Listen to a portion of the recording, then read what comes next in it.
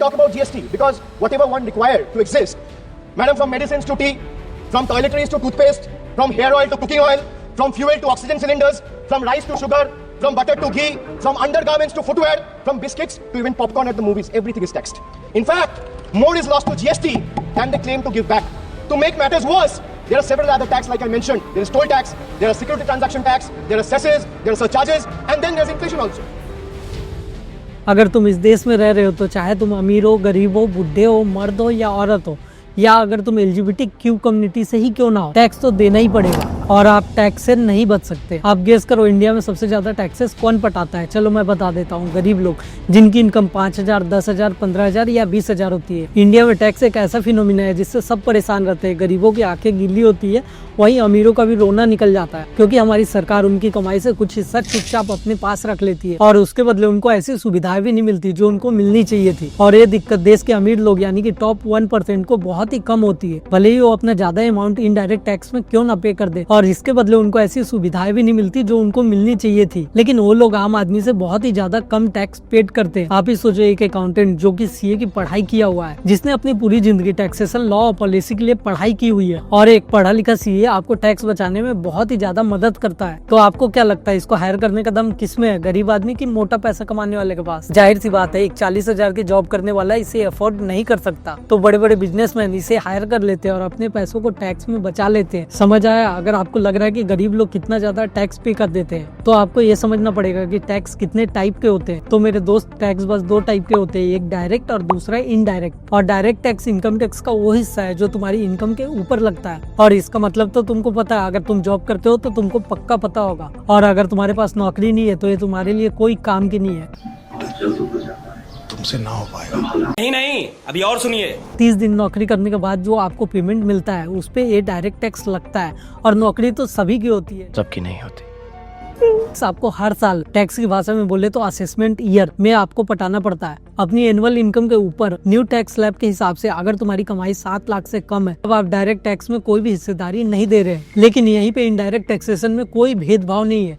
अगर आप अमीर हो या गरीब हो, सबको देना पड़ता है, चाहे आप अंबानी हो या आम आदमी, इनडायरेक्ट टैक्स सबको देना पड़ता है। जैसे कि जीएसटी खुद में ही बहुत इंटरेस्टिंग टॉपिक है। इसके आने से पहले अगर किसी सामान की मैन्युफैक्चरिंग किसी एक स्टेट में होती थी, तो इसे किसी दूसरे स्टेट में पहुंचाने बेचने में sales tax, purchase tax, stamp duty, excise duty, entertainment tax, न जाने कितने कितने टैक्सेस आपको देने पड़ते थे। लेकिन जैसे ही जीएसटी आया, ये सब बहुत ही ज्यादा सिंपल बना दिया गया। सारे टैक्सेस को समेट के एक पुड़िया में डाल दिया गया जिसका नाम था जीएसटी, और ये सबको देना ही पड़ता था, क्योंकि टैक्स हर गुड और सर्विसेज में लगता है जो भी हम इस्तेमाल करते हैं, ताकि उससे गवर्नमेंट की इनकम बनी रहे। अब जीएसटी किसी के भी इनकम पे डिपेंड नहीं करता था, और जीएसटी आने के बाद किसी के भी इनकम पे ये डिपेंड नहीं करता था। चाहे अंबानी जाके पार्ले जी का बिस्किट खरीदे या मैं जाके पार्ले जी का बिस्किट खरीदूं, दोनों को बराबर टैक्स देना पड़ता है। और ये अच्छी बात है ना, लेकिन इसमें भी एक दिक्कत है। हर टैक्स का एक अपना नेचर होता है, और जीएसटी का नेचर रिग्रेसिव टाइप का है, क्योंकि हमारे देश में इकोनॉमिकली वीकर सेक्शन अपनी इनकम का ज्यादातर हिस्सा कंजप्शन में खर्च कर देता है, तो ज्यादातर चीजों पे 18% का टैक्स लग जाता है, और वहीं पे सोना 3% टैक्स स्लैब के साथ आता है। तो आप ही सोचो, हमारी सरकार ये चाहती है कि हमारे देश में ज्यादातर लोग सोने को खरीदे, तभी इस पे 3% का टैक्स लगता है, और ज्यादा सोना खरीद के हम जल्दी अमीर बन जाए। और अगर हम सेविंग और सोना खरीद के अमीर बन भी गए तो इससे परेशानियां और ज्यादा बढ़ जाएगी, और हमें डायरेक्ट टैक्स देना पड़ेगा। और इनकम टैक्स के साथ सबसे बड़ी प्रॉब्लम ये है कि जो आदमी ईमानदारी से अपने टैक्स पेड करता है उसको ज्यादा सुविधाएं नहीं मिलती, और ऊपर से उनको बहुत ही ज्यादा टैक्स पेड करना पड़ जाता है। अब आप में से बहुत सारे लोग ऐसा बोलेंगे कि नॉर्डिक देश जैसे कि अमेरिका और यूरोप, वहाँ पे टैक्सेस इंडिया से भी ज्यादा है। तो मैं आपको बता दूं, अगर आप वहाँ पे रहते तो आपको टैक्स पटाने में कभी खून नहीं जलता, क्योंकि वहाँ पे आपको हेल्थ केयर, एजुकेशन, ये सभी चीजें अच्छी मिलती है, और सोशल सिक्योरिटी मिलती है, वो भी फ्री। लेकिन हमारे यहाँ सरकारी काम सरकारी ढंग से और सरकारी सुविधाएं भी सरकारी तरीके से दी जाती है। अब आप में से बहुत सारे लोग ऐसा बोलेंगे कि हमारे यहाँ एम्स है, इंडिया का नंबर 1 हॉस्पिटल और मेडिकल कॉलेज, और ये भी सरकारी है। हाँ, मैं मानता हूँ कि एम्स की क्वालिटी टॉप नॉच है, लेकिन दोस्त, मेरे पड़ोसी को पथरी का चेकअप कराना था, उसके लिए 3 दिन लग गए, और वो भी हॉस्पिटल उसके घर से 30 किलोमीटर दूर था। अब आप सोचो, अगर वो अमीर होता तो क्या अपना वैल्यूएबल टाइम इन सब चीजों में खत्म करता, डायरेक्ट जाके प्राइवेट अस्पताल में अपना इलाज करा लेता। लेकिन वो और हम तो गरीब है, इसलिए हमें एम्स में जाके इलाज कराना पड़ता है। और यही एक मेन रीजन हो सकता है कि हमारे देश के टॉप 1% जैसे ही एक लेवल को क्रॉस करते हैं और उनके पास जैसे ही अच्छा खासा पैसा जमा हो जाता है, वो इस देश को छोड़ के बाहर जाते हैं। हम करें तो करें क्या, बोले तो बोले क्या।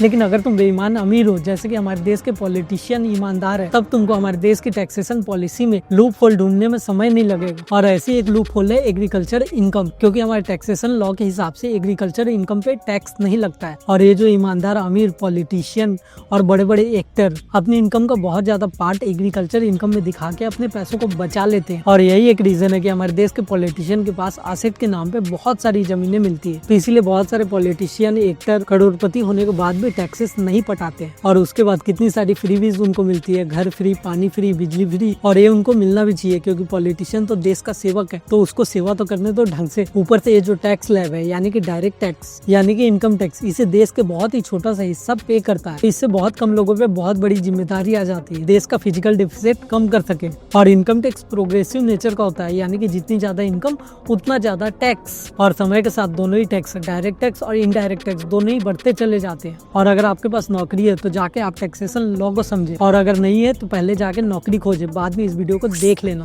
और अगर ये वीडियो पसंद आया तो इस वीडियो को लाइक और चैनल को सब्सक्राइब जरूर करें। मिलते हैं अगले वीडियो में।